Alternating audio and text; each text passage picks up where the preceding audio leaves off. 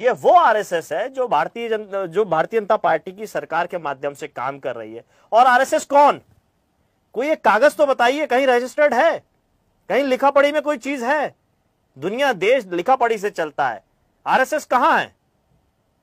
कौन है उसका? कुछ कहीं कुछ लिखा पढ़ी में है, सरकारी दस्तावेज में है? सब फर्जी काम।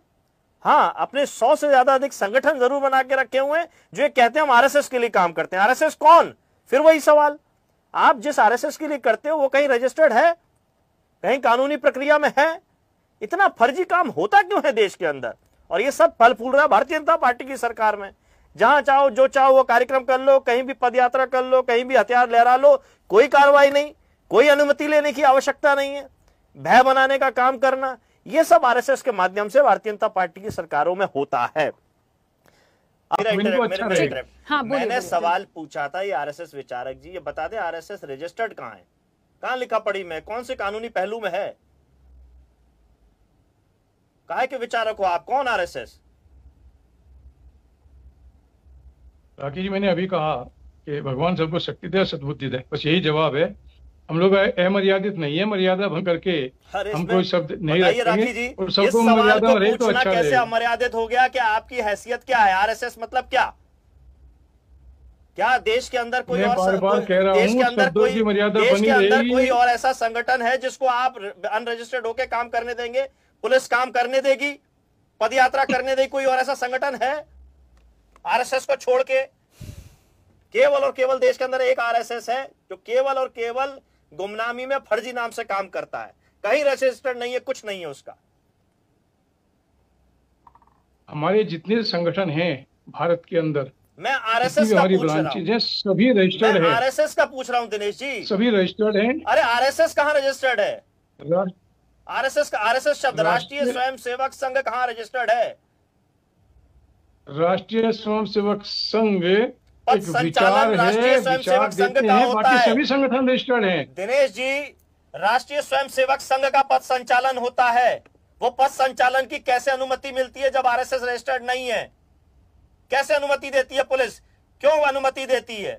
चलिए 1 मिनट रुकिएगा। सीधा नहीं राखी जी, सीधा है। कोई भी आदमी कोई कार्यक्रम करता है, पुलिस उससे पूछती है तुम क्या हो? आरएसएस क्या है? कैसे अनुमति मिल जाती है भारतीय जनता पार्टी की सरकारों में? कैसे अनुमति मिल जाती है? यही केवल दबाव है। यही जो आरएसएस कहती है दिनेश जी, यही जो आप आरएसएस कहती है, हमारा राजनीतिक कोई लेना देना नहीं है, लेकिन संचालन पूरा भारतीय जनता समय भी हो पार्टी गया है। बहुत मेहमान कुछ कहना चाह रहे हैं, उनकी छोटी छोटी सी प्रतिक्रिया आने दीजिए।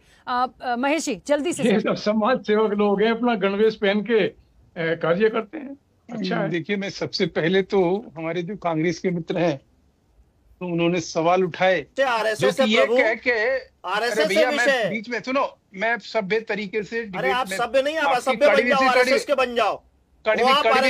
उसमें भी आता हूँ ना। हमारे नेता भारत माता को डायन कहते हैं। अरे कहाँ डायन कहते हैं? देखिए समय की सीमा है, मैं एक्स्ट्रा समय सिर्फ इसलिए दे रही हूँ कि आप लोगों ने समय मांगा था। अरे उधड़े हुए आप हो भाई, खदेड़े हुए, उधड़े हुए हो, आपके ऊपर तभी पूछा तो जवाब नहीं दे पाए। आपके विचार दी थी तमिलनाडु में है जहां पर हाईकोर्ट ने अनुमति दी है, तो और उसमें आपकी न्यायपालिका जिसे अनुमति दे रही है उसको आप किस तरह से इस तरह से कह सकते हैं? तो मैं यश भारती जी, मैं यही बात कह रहा हूँ कि क्या किसी भी संगठन को पुलिस जब परमिशन दे रही है, हाईकोर्ट दे रही है, साथी पैनलिस्ट हैं उसको मैं अपनी बिल्कुल पुलिस परमिशन दे रही है तो वो रजिस्टर्ड है, बिल्कुल रजिस्टर्ड है, जिस